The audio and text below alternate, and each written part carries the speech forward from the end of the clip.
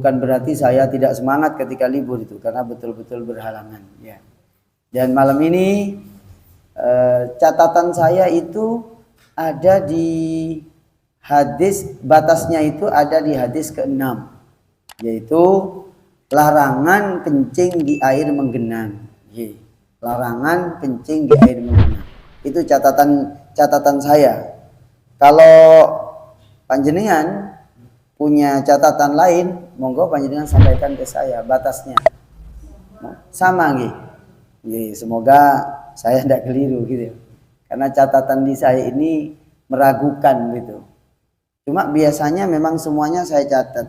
Nah, saya punya jurnal pribadi, yaitu jurnal pengajian nih. Nah, niki di Al-Ghufran niki. Oh, bahkan di sini di hadis ke-10 bahkan. Hadis ke-10. Tapi tidak apa-apa, kita mundur sedikit untuk memantapkan pengetahuan yang sudah kita lakukan, yang sudah kita pelajari sebelumnya. Ya. Larangan kencing di air menggenang. Di air menggenang. Niki siarannya pakai apa, Pak Takmir? Pakai apa nih media? Rekam biasa? Oh, YouTube. Oh, punya YouTube sini ya? Nah, ya tidak apa-apa. Ini berarti ada 2 YouTube yang menyiarkan langsung nih. Jadi kalau punya saya, nanti panjenengan sebagian sudah tahu, yang sebagian yang lain belum tahu, tidak masalah. Bismillahirrahmanirrahim.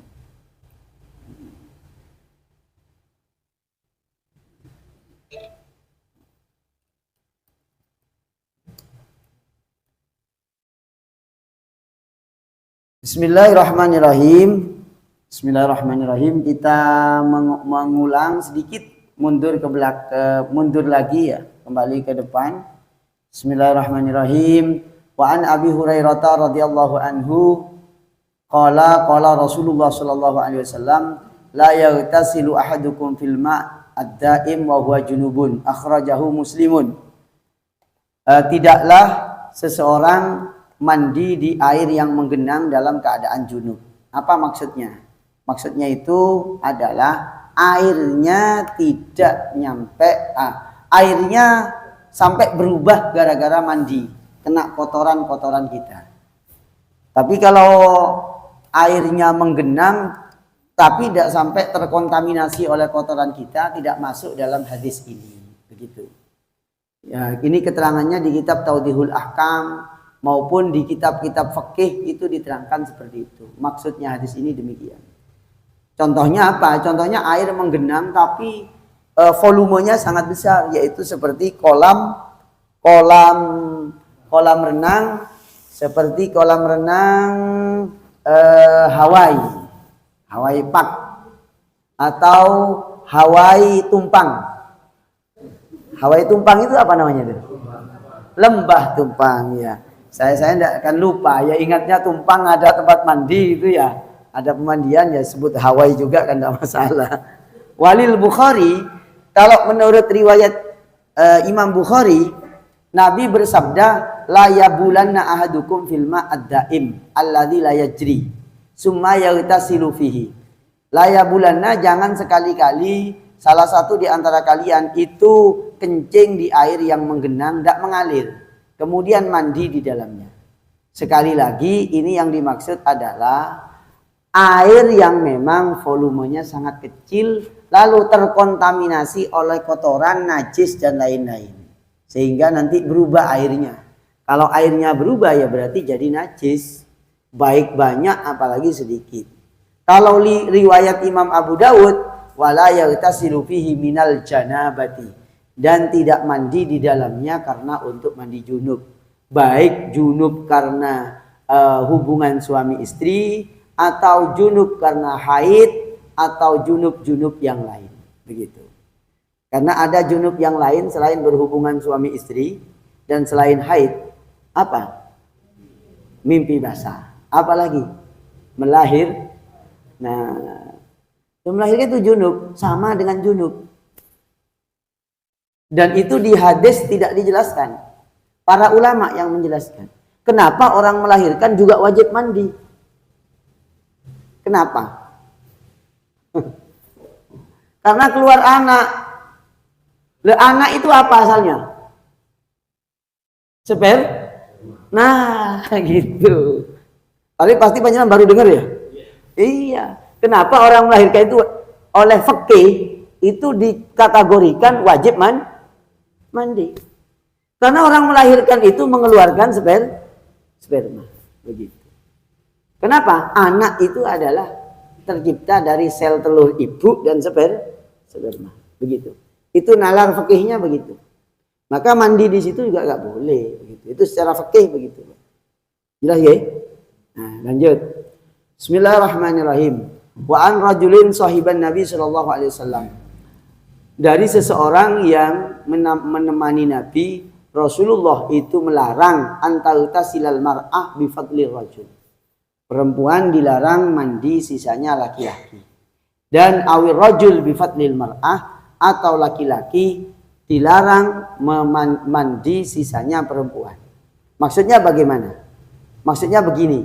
Wal yaghtarifa jami'an. Akan tetapi kedua-duanya pakai cibuk. Kedua-duanya pakai cibuk. Jadi laki perempuan suami istri maksudnya. Boleh mandi satu kamar mandi. Tapi kamarnya saja yang satu. Cibuknya harus berbeda. Jangan nyemplung bareng-bareng ke kamar mandi, itu maksudnya begitu. Nabi melarang. Jadi misalnya ini kamar mandi. Ya, mandilah satu perempuan masuk, istrinya. Lalu suaminya masuk. Ini nggak benar. Yang benar bagaimana? Airnya dicibuk.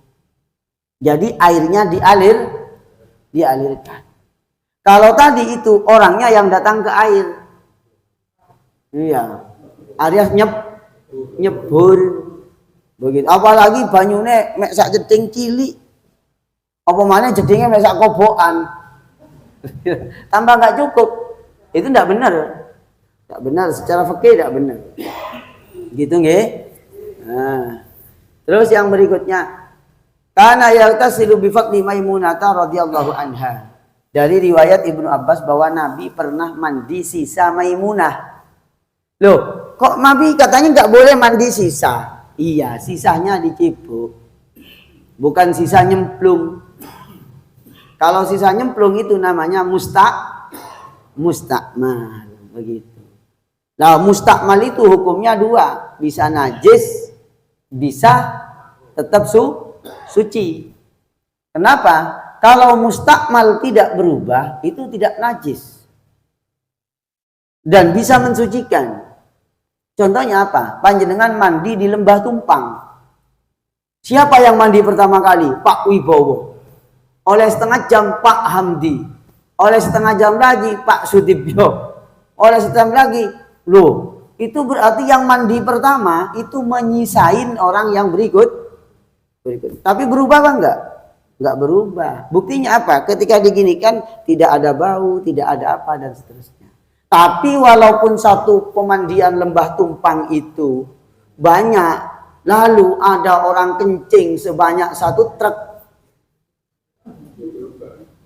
ya pasti berubah. Jadi najis. Kencing saat truk. Karena kencingnya orang sak Malang dikumpulno sak truk itu. Loh iya, kalau sak Malang raya itu dikumpulno kencingnya wong oleh berapa tangki itu, mobil tangkinya tebu itu dituang ke situ, ya najis, mesti berubah itu.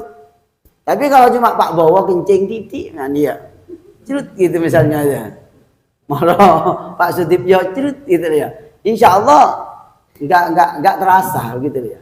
Maksudnya diginikan tetap tak berubah. Apalagi airnya mengalir terus.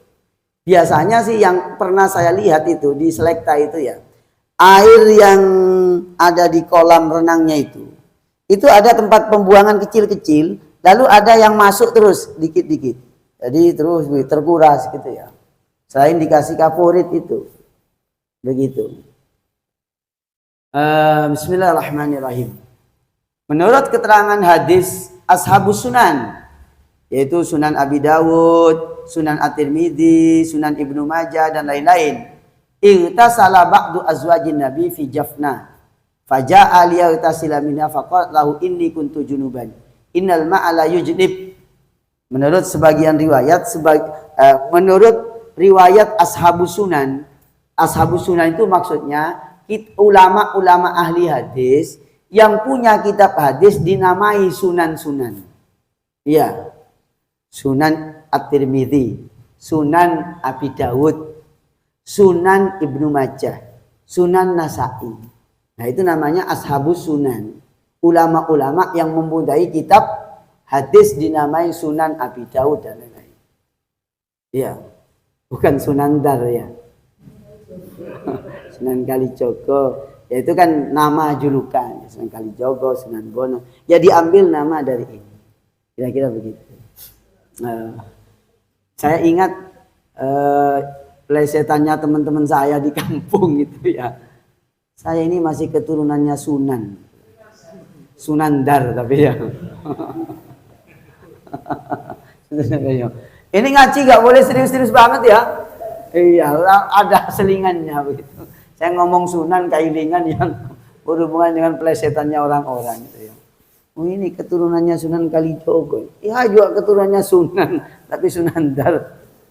Wa Ibnu Khuzaimah dan lain-lain. Ini hadis sahih.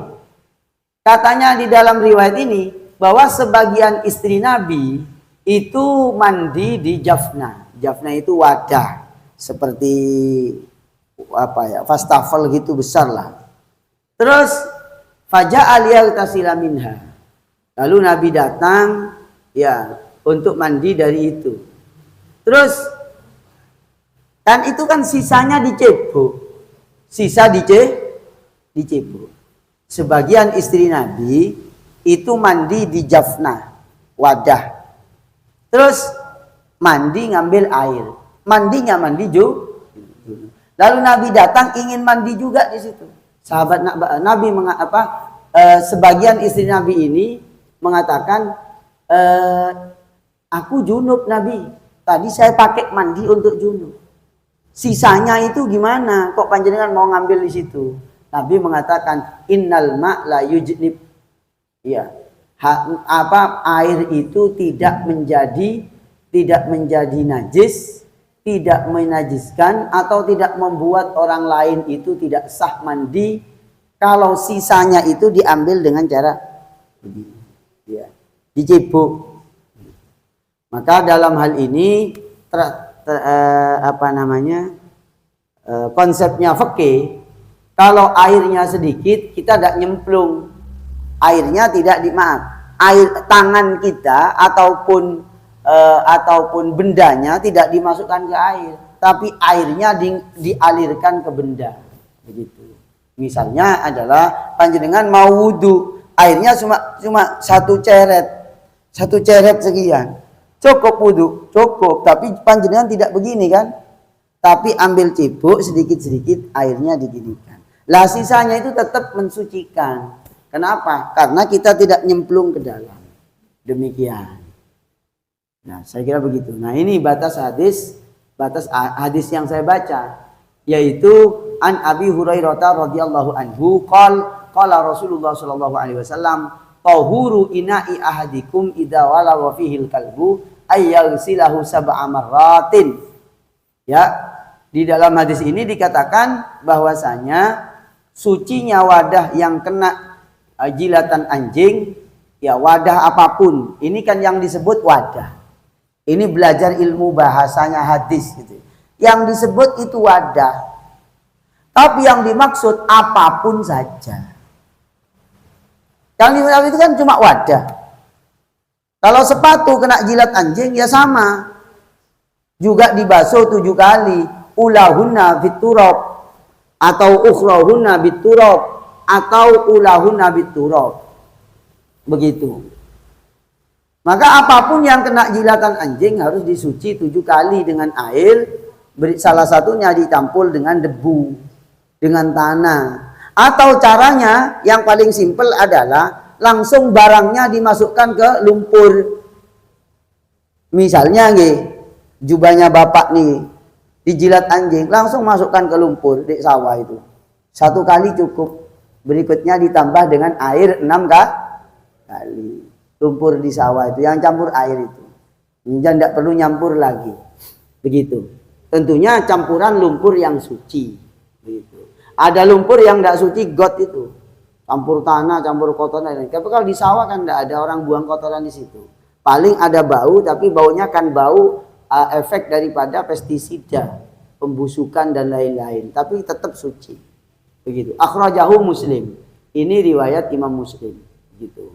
Itu hadis yang ke-10. Sekarang hadis ke-11.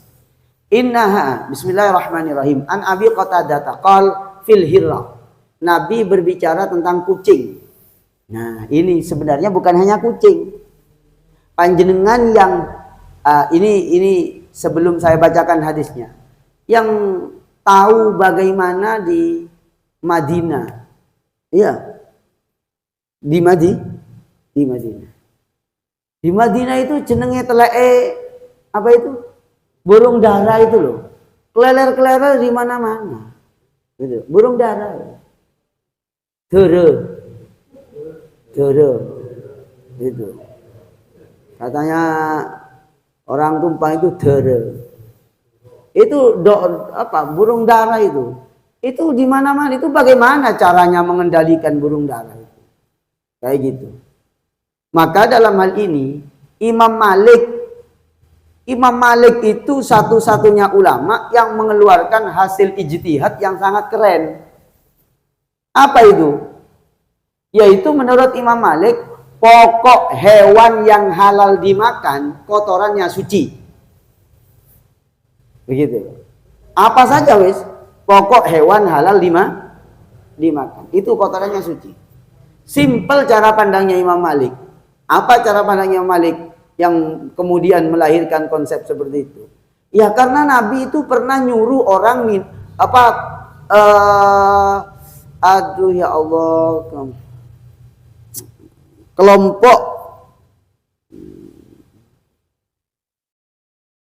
kelompok yang disuruh Nabi minum kencingnya unta itu loh. Ya. Itu oleh Nabi disuruh minum kencingnya unta. Terus bagaimana Ustadz hukumnya? Ya memang kalau katanya Malik, kalau kencingnya unta itu najis, tidak mungkin disuruh minum itu. Berarti menurut Nabi itu kencingnya unta itu suci. Gitu. Tanya Imam Malik. Kenapa? Karena tidak boleh berobat barang najis. Gitu. Padahal masih banyak obat selainnya kencing. Andaikan dicari waktu itu madu masih ada, jinten hitam masih ada. Tapi Nabi menyuruh kencingnya unta. Berarti kencingnya unta itu suci. Begitu. Buktinya apa? Nabi nyuruh minum kencing unta. Terus berikutnya kalau Nabi menyuruh kencingnya unta diminum, unta itu kan hewan yang halal dimakan. Berarti yang hewan halal dimakan itu kencingnya dan kotorannya semuanya itu suci. Kotoran dari depan belakang. Itu cara pandangnya Imam Malik. Begitu. Kalau selainnya Imam Malik enggak. Imam Asy-Syafi'i, Imam Ahmad bin Hanbal, Imam Abu Hanifah tidak. Itu tetap najis. Begitu. Imam Malik ini imamnya ahli Madinah itu tidak menganggap tainya, kotoran ayam dan hewan-hewan lain yang halal dimakan itu tidak najis. Begitu. Ya di Saudi itu. Ya, itu. Sebagian kan cara pandangnya Imam Malik dipakai. Begitu. Nah, sekarang berbicara masalah yang berhubungan mirip-mirip dengan ini. Apa itu? Nabi berbicara tentang kucing. Jawabannya Nabi untuk memudahkan kita. Innaha laisat binajasin. Kucing itu bukan hewan najis. Maksudnya, kalau kena jilat anjing, kena jilat kucing, atau kakinya kucing ke masjid, ke perkarpet, atau ke sajadah kita di rumah, itu tidak dianggap najis, bagian daripada makfu, ditoleran. Innama hiya minat tawafina alaikum. Kucing itu hewan yang sulit dihindari karena hidupnya ya keliling-keliling, tidak punya kontrol yang jelas. Maka panjenengan mau kontrol kucing, ceng sama tekon gigi najis apa ora sikile. Ya apa sampean? Gak bahaya tak sampean ngomong gitu itu ya? Bahaya. Disangka mulai gak waras nanti itu. Maka kucing itu yang masuk masjid jangan dinajiskan kakinya. Kenapa? Itu bagian yang tidak bisa dihindari. Namanya itu masyaqqatul ihtiras. Perkara yang tidak mungkin untuk kita kendalikan secara detail gitu. Apa hanya kucing? Nggih boten. Bukan hanya kucing. Maaf Bu, Pak. Panjang tak beritahu, bukan hanya kucing. Maaf ya, saya nyebutin makhluknya sekarang. Laler. Tahu nggak laler itu mau tadi itu nyinggat di mana? Apalagi ada orang rumahnya dekat pembuangan sampah. Di sampah itu dibuangi pempes. Mora di omahe sampean ono laler gede-gede. Itu kan pakai knalpot brong itu ya. Laler itu ya. Lah, mari nginggat dek pempes lalu masuk ke rumahnya sampean. Tahu apa enggak?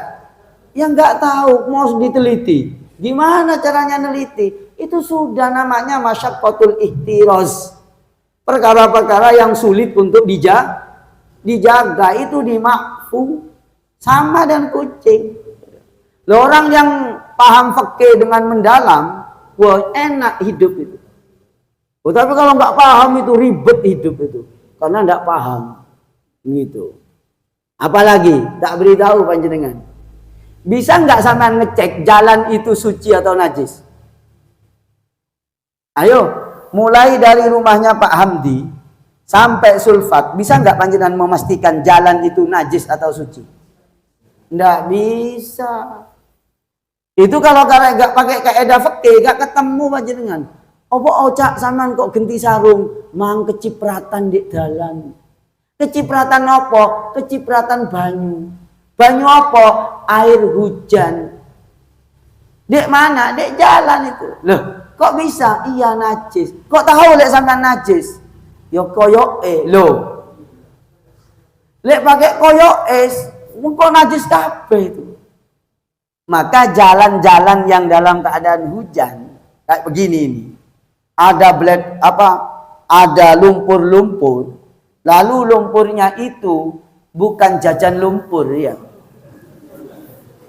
tapi jalannya berlumpur, campur air macam-macam. Kok ngenak sarungnya sampean? Itu nggak najis, kecuali nyata-nyata ini Pak Hamdi naik sepeda motor.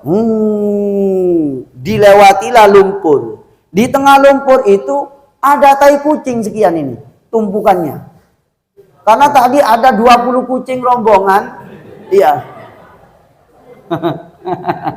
Ngetokno bareng-bareng di situ. Mau jeblot, ngenaklah rodanya. Rodanya muter, ngenek sarung. Ya sudah jelas najis itu.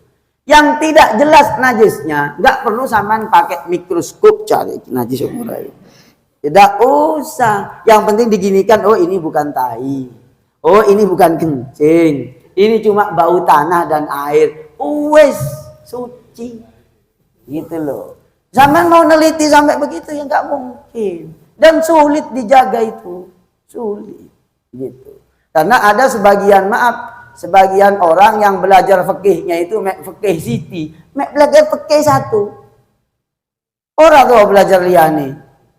Atau ada orang yang nggak pernah belajar fikih sama sekali. Kayak panjenengan lah misalnya gitu ya. Kan nggak pernah belajar fikih sampean. Paling mek kerungu-kerungu. Utawa jarine ustaz ngene, aku ndelok ustaz kayak ngene berarti ngene. Kan nggak pernah belajar sampai selesai dari awal kan nggak pernah. Lah itu bisa mengubah, bisa berbuat atau bersikap yang kurang pas dalam menyikapi barang-barang yang seharian itu, gitu loh. Kenapa saya menceritakan begini? Semoga ini diampuni rasan-rasan saya, gitu ya. Ya ini mau rasan-rasan, gitu ya. Ono wong, ya sampai gak gelem mangan. Enggak betul, ini bukan ngarang saya, tahu sendiri. Jadi kalau mau masak nasi itu berasnya itu dicuci sampai ping swidak jaran. Sampai. Jadi katanya ini belum suci beras. Loh, wong beras kok.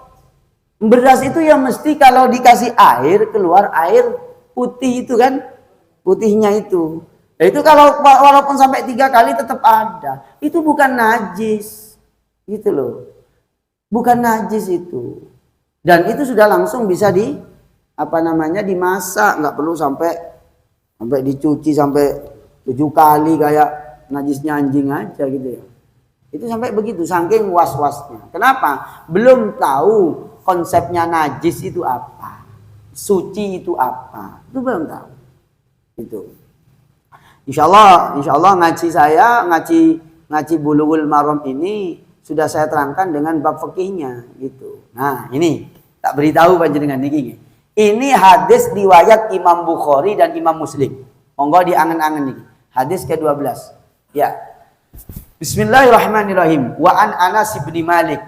Diriwayatkan dari Anas bin Malik qala jaa teko qala ngucap sapa Anas jaa teko sapa A'rabiyun wong Arab pedalaman fabala mongko nguyu itu bukan berarti nginep di penginapan Uyu itu ya. Fabala mongko nguyu sapa A'rabi fi ta'ifatil masjid ing dalam pelatarani masjid, ing dalam pojokani masjid. Fazajarahun nas, fazajaro mongko ngelarang, mongko nyeneni hu ing A'rabi sapa annasu menungso, para sahabat. Nah ini Pak, katanya sahabat Anas bin Malik, di Masjid Nabawi dulu itu pernah terjadi ada orang Arab pedalaman masuk masjid pipis di jero masjid. Lalu ya para sahabat marah-marah loh, masjid dipipisin kok. Pipis di dalam itu. Untungnya nggak gaya keramik, nggak gaya apa ini namanya? Nggak pakai karpet. Iya, coba pakai karpet itu. Ya untungnya zaman itu belum ada karpet Turki belum nyampe ke Madinah, belum nyampe ke Masjid Nabawi, masih tanah biasa. Panjenengan yang tahu itu kan di situ ada Masjid Abu Bakar ya. Di sebelahnya pelataran Masjid Nabawi ada Masjid Abu Bakar. Itu kan masih tanah, murni tanah itu. Tahu gimana ya tekniknya ya? Tanah kok melekat sampai 1400 tahun itu kokoh itu. Nyantol ke kayu-kayunya. Wah ini luar biasa. Fazajarahun nas. Para sahabat marah-marah. Terus Nabi itu malah falamma fanahahum an Nabi sallallahu alaihi wasallam. Nabi itu diem. Ada nyata-nyata ada orang kencing di masjid, itu Nabi diam. Diam ke sahabat rame. Rek, yo apa sampean itu? Wis meneng-meneng sik pipis deh gitu ya. Sik tuntas sekalian kira-kira begitu. Nah, falamma qada baulahu, setelah laki-laki Arab pedalaman ini menyelesaikan kencingnya, amarun Nabi. Ternyata Nabi ini tidak marah dan kemudian sangat solutif menyelesaikan masalah. Fa amarun Nabi sallallahu alaihi wasallam bidanubin min ma'in. Nabi itu cuma menyuruh anu rek jupono banyu sak timbo. Setelah itu fa uhriqa alaihi, tolong ambil air 1 timba. Lalu oleh Nabi oleh para sahabat dialirkan ke kencingnya. Maka menurut para ulama, konsep ini jadi konsep fikih bahwa najis yang bisa diserap oleh tanah itu kalau misalnya disiram lalu mengering, maka tanahnya suci begitu. Contoh begini, Pak. Mohon maaf, andaikan di sini nggak pakai paving atau pakai paving itu, atau pakai paving nggak apa-apa ya, kan bisa nyerap juga. Kok umpama panjenengan ini dari rumah, kakinya sandalnya itu nginjak tai ayam, tamancok. Ya. Bahasa Inggrisnya tai ayam itu tamancok gitu. Loh nggih. Panjenengan baru dengar. Tamancok itu pun berwarna-warni, ada tamancok le gula itu ya. Tamancok le gula sing koyok gelali, koyok petis itu ya. Loh, itu walaupun tidak najis menurut Imam Malik, baunya luar biasa itu. Nah, kok panjenengan itu, ya, kok panjenengan nginjak pakai sandalnya, lalu nginjak di sini, ya, lalu dikeset oleh temannya, ya, diinjak lagi, kehujanan, keinjak lagi, kehujanan, keinjak lagi, sampai habis, besoknya kena panas, hilang. Berarti suci, tak perlu disiram, apa itu paving itu. Iya, gak perlu disiram, udah hilang gitu, secara otomatis, karena keserap, begitu. Nah, karena ada orang yang belum tahu kalau tanah itu suci, selagi di situ nggak ada najis, gitu. Sehingga nggak berani sholat kalau tidak di dalam masjid, karena dianggap najis semua, gitu. Padahal tidak begitu. Ini ya karena dulu Masjid Nabawi masih tanah. Ya kalau sekarang ya jelas dimarahin sama askar itu ya. Itulah nggak bener itu ya. Mau pipis, apalagi pipis di dekati raudhah itu ya. Itu tambah jadi masalah besar itu ya. Kan perlu. Ya mungkin karena memang dulu kan memang belum tahu. Kalau ajaran Islam kan masih sangat baru begitu loh. Sehingga orang Arab pedalaman itu ya dengan polosnya tiba-tiba kebelet pipis, mau pipis di pojokan gitu ya. Iya gitu. Ya Allah, subhanallah, ya Allah. Gitu.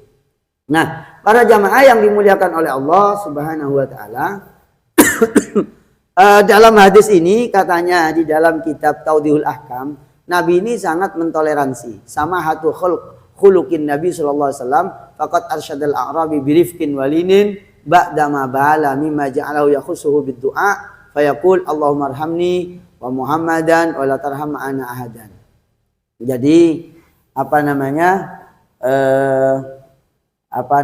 ini menjadi pelajaran buat kita bahwasanya najis yang berhubungan dengan kencing itu bisa diselesaikan dengan cara seperti itu. Kalau di tanah ya cukup disiram tanahnya begitu. Nah, yang berikutnya isyanya jam berapa Mang Pak? 19 14. Nggih, 14 nggih. Nah, nanti sisakan sedikit untuk tanya jawab. Yang berikutnya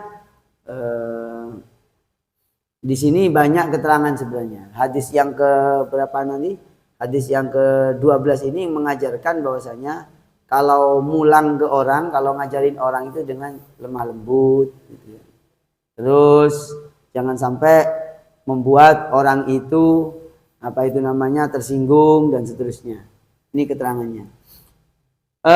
Berikutnya hadis yang mungkin sampai 13 saja niki nggih. Karena ini mungkin agak baru yang ini, agak baru penjelasannya. Ani bin Umar radhiyallahu anhuma, diriwayatkan dari Ibnu Umar bahwasanya qala Rasulullah sallallahu alaihi wasallam, uhillat lana maitatani wa damani. Dihalalkan bagi kami 2 bangkai dan 2 darah. Wa amal maitatani, 2 bangkai itu al-jarad, yaitu adalah belalang, walhud, ikan laut atau ikan air. Ya, itu maksudnya apa? Bangkai itu yaitu tak usah disembelih. Nah, itu tak usah disembelih, langsung halal makan ikan yang ada di laut ataupun ikan yang ada di air. Wa amad damani, adapun 2 darah itu adalah al-tihalu wal kabidu. Limpo ambil ati. Iya. Itu halal. Itu tidak termasuk darah yang haram. Begitu. Sampai di sini saya terangkan sedikit masalah apa? Masalah bangkainya belalang dan hud. Ya. Apakah yang senyawa dengan yang mirip dengan belalang? Apa maksudnya? Maksudnya begini, Pak.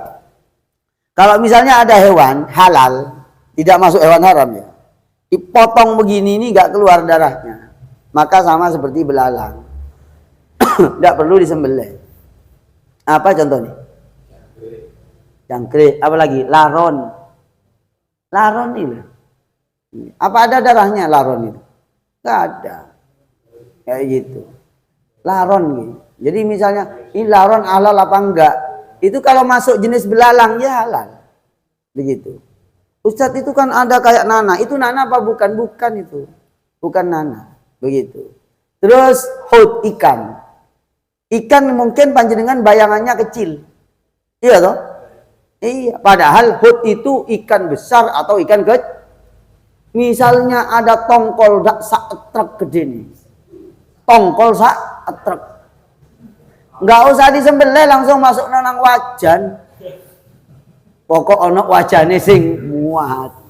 Itu tidak perlu disembelih, halal itu. Andaikan mati tanpa disembelih, itu sudah halal dimakan. Begitu. Pokok semua hewan laut. Berdasarkan hadis yang pertama tadi, pertama awal-awal itu, huwat tahuru ma'uhu wal hillu maitatu. Bahwa laut itu airnya mensucikan dan sekaligus bangkainya halal dimakan. Semua bangkai laut, maksudnya hewan yang habitatnya di laut. Bukan sapi dilempar nang laut, mau mati dipangan, iki bangkai laut, bukan. Itu ngakali sampean itu namanya ya. Sampun, monggo pertanyaan pun. Nggih, monggo. Nggih.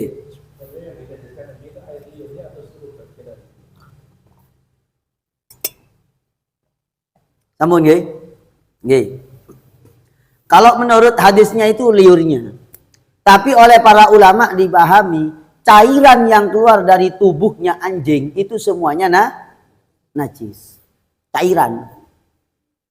Ya bukan hanya ininya. Yang disebutkan hadis itu air liurnya. Tapi sebenarnya keringatnya, kencingnya sama.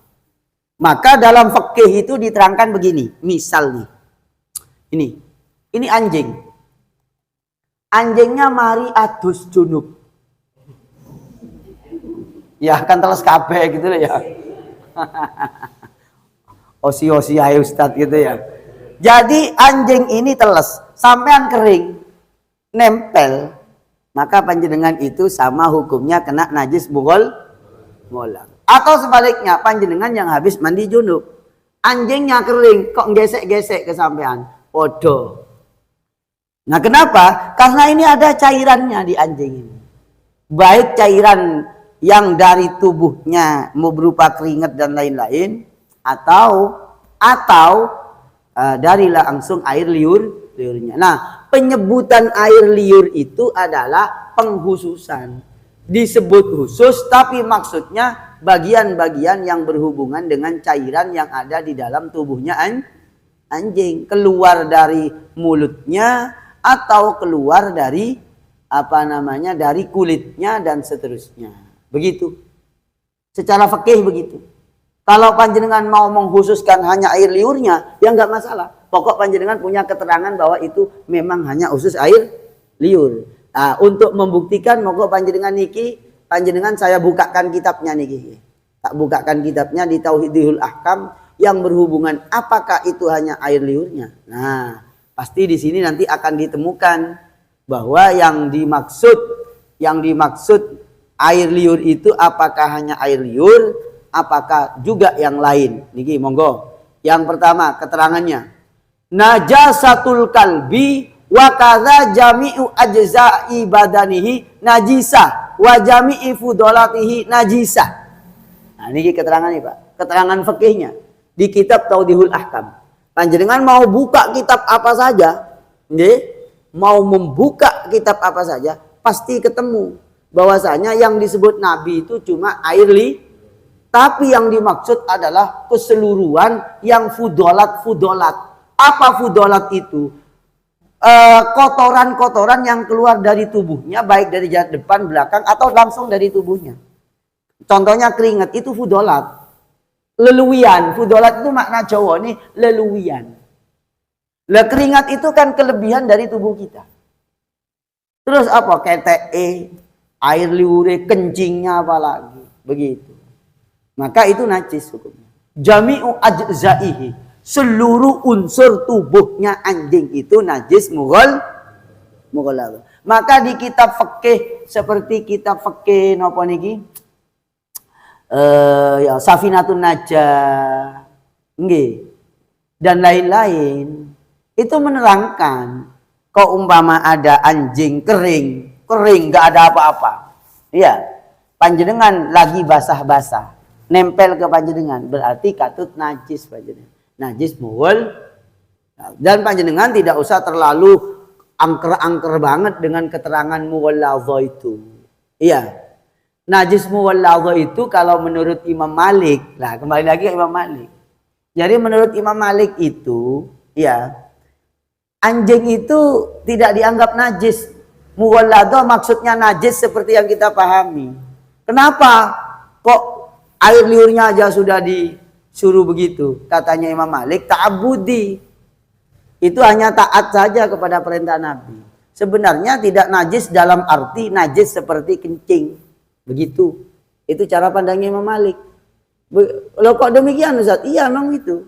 Itu cara pandangnya Imam Malik.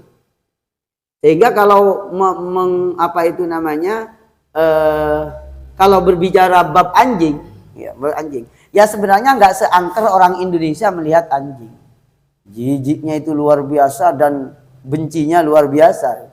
Kita tidak sadar kalau Ashabul Kahfi itu ada di gua ditemani anjing. Iya toh? Kan masuk Quran anjingnya Ashabul Kahfi itu ya. Lumayan daripada namanya panjenengan tidak pernah masuk Quran gitu ya.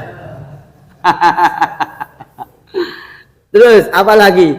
Maaf ya, orang di hadis Sahih Bukhari, perempuan pelacur yang masuk surga gara-gara memberi minum anjing gitu. Hanya karena maaf ya, saya bukan berarti menyalahkan fikih, enggak gitu loh.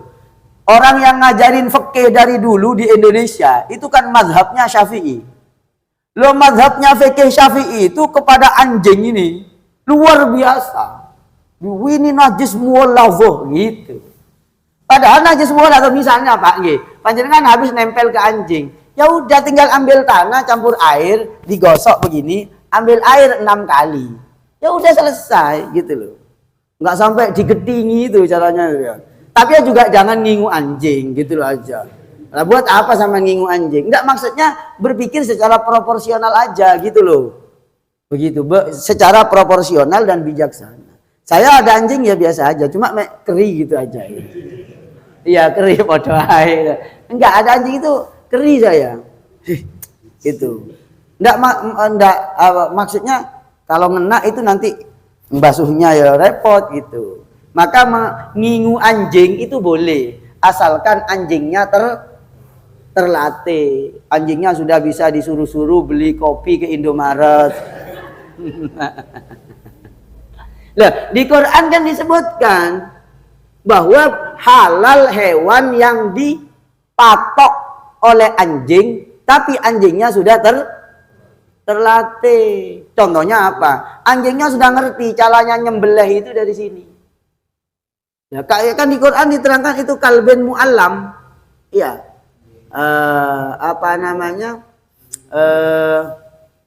Yang sudah terlatih. Kallabini. Niki Pak, baca surah Al-Maidah ayat 4. Yas'alunaka madza uhilla lahum. Qul uhilla lakumut thayyibat. Wahai Muhammad, nanti akan bertanya kepadamu tentang apa yang halal bagi mereka. Katakan, yang halal itu at-thayyibat, yang baik-baik, yang sehat-sehat, yang tidak mengandung unsur bahaya. Wa ma 'allamtu minal jawarih mukallibina tu'allimunahunna mimma 'allamakumullah. Begitu. Dan juga yang halal adalah hewan-hewan yang engkau latih, yang dilatih. Seperti apa? Ya seperti anjing dilatih. Begitu. Tapi makruh, tetap makruh itu punya anjing itu. Menurut mazhab Syafi'i itu makruh, walaupun boleh. Kenapa? Karena panjenengan akan direpotkan ngurusi najisnya. Kecuali kalau panjenengan punya anjing sekaligus punya pelayan yang ngurusin itu. Kan tidak repot sama. Begitu. Tapi ya juga buat apa lagi ngurusi kayak gitu-gitu. Ya cukup Kapolresta Malang, Polresta Malang, Kapolwil, dan Kapolri yang punya anjing. Anjing herder itu. Atau anjing pelacak itu. Enggak apa-apa untuk kepentingan itu kan itu terlatih banget itu. Kayak begitu ya. Nah, itu. Begitu, Pak. Jawaban saya. Mau ngingu anjing? Enggak ya. Oke, monggo, apa lagi? Monggo. Kalau kita bertamu ke rumahnya orang muslim, itu memelihara anjing, tempat duduk yang kita duduk itu, kita mesti gimana? Oh ya, ya duduk aja. Enggak perlu nanya, ini mana diduduk anjing apa enggak ya? Sama repot nanti. Kalau saya kan sering bertamu juga, ya enggak perlu nanya. Bahkan maaf ya, tetangga saya satu tempat kerja, itu non muslim, Katolik.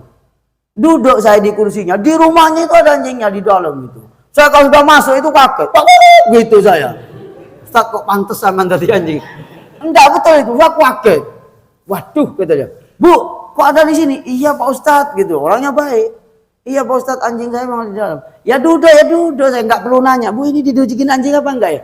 Nggak perlu nanya. Kalau main nanti malah repot. Akhirnya jawab, oh iya tadi didudukin, sama repot. Mending nggak nanya sekalian. Kan nggak ada kewajiban nanya. Oh anjingnya ada di belakang kok.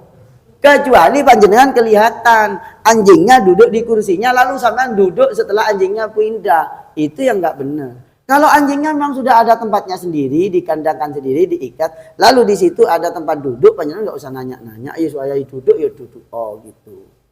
Itu biar nggak repot sampean, Pak. Iya. Kan nggak tahu toh. Iya, kan nggak ada harus menanya begitu. Karena anjingnya udah tahu itu ada tempatnya sendiri gitu. Seperti itu. Kalau was-was Ustaz ya sudah, setelah duduk sampean celananya masuk nokot di sawah, diumbah ping pitu gitu ya. Ya gitulah Pak, iya. Ya gitu. Ikut Imam Malik aja, Imam Malik enggak menajiskan. Enggak menajiskan. Loh kok, tapi menurut Imam Malik tetap wajib dibasuh. Membasuhnya bukan karena najis, tapi karena ta'abudi, tunduk patuh nang Kanjeng Nabi, begitu. Ya beda dikit. Itu panjenengan membaca kitab apa saja ketemu cara pandangnya Imam Malik. Begitu. Jelas nggih? Apalagi terakhir wis satu. Enggak ada nggih? Oh ya, berarti sudah Isya. Alhamdulillahirabbil alamin. Sebenarnya begini Ibu Bapak sekalian, panjenengan datang ke sini selain ngaji hadisnya, panjenengan bawalah pertanyaan-pertanyaan. Gitu loh. Untuk ngaji bareng, nanti saya buka keterangannya. Kalau saya bisa menjawab langsung, membukakan keterangan hadis ataupun Qur'annya, sekaligus dengan keterangannya ulama bagaimana, saya jawab langsung. Jika tidak, yang ngutang di bulan berikutnya. Begitu. Ya. Semoga ini bermanfaat ya. Semoga kita semuanya oleh Allah diberikan kesehatan, panjang umur, berkah sekeluarga. Dan ini saya kasih batas ini hadis ke-13. Ya. Nanti kita lanjutkan di hadis yang ke-14. Ya, ini saya catat nih. Kemarin ini catatnya ada padahal. Nah, ini uhillat lana maitatani. Berarti ini kalau nggak dikasih batas begini nih, waktunya ngaji takutnya ngawur-ngawur gitu saya. Sudah dibaca, saya dibaca lagi. Nah, gini nggih. Ingat-ingat nggih, ini batas hadisnya yang hari ini. Ya, saya kira demikian. Mari kita tutup dengan berdoa kepada Allah Subhanahu wa taala. Semoga hajat-hajat kita dikabul oleh Allah. Anak cucu kita oleh Allah diberikan keberkahan dan kecukupan. Yang sakit-sakit para jamaah atau keluarga kita oleh Allah diberikan kesembuhan. Panjenengan yang hadir diberikan sehat panjang umur sekeluarga. Allahumma shalli ala Muhammad wa ala ali Muhammad kama shallaita ala Ibrahim wa ala ali Ibrahim wa barik ala Muhammad wa ala ali Muhammad kama barakta ala Ibrahim wa ala ali Ibrahim fil alamin innaka Hamidum Majid. Ya Allah istajib du'ana wa su'alana wa hajatina walhamdulillahirabbil alamin. Kurang lebihnya saya mohon maaf. Subhanakallahumma wa bihamdika asyhadu an la ilaha illa anta astaghfiruka wa atubu ilaik. Assalamualaikum warahmatullahi wabarakatuh.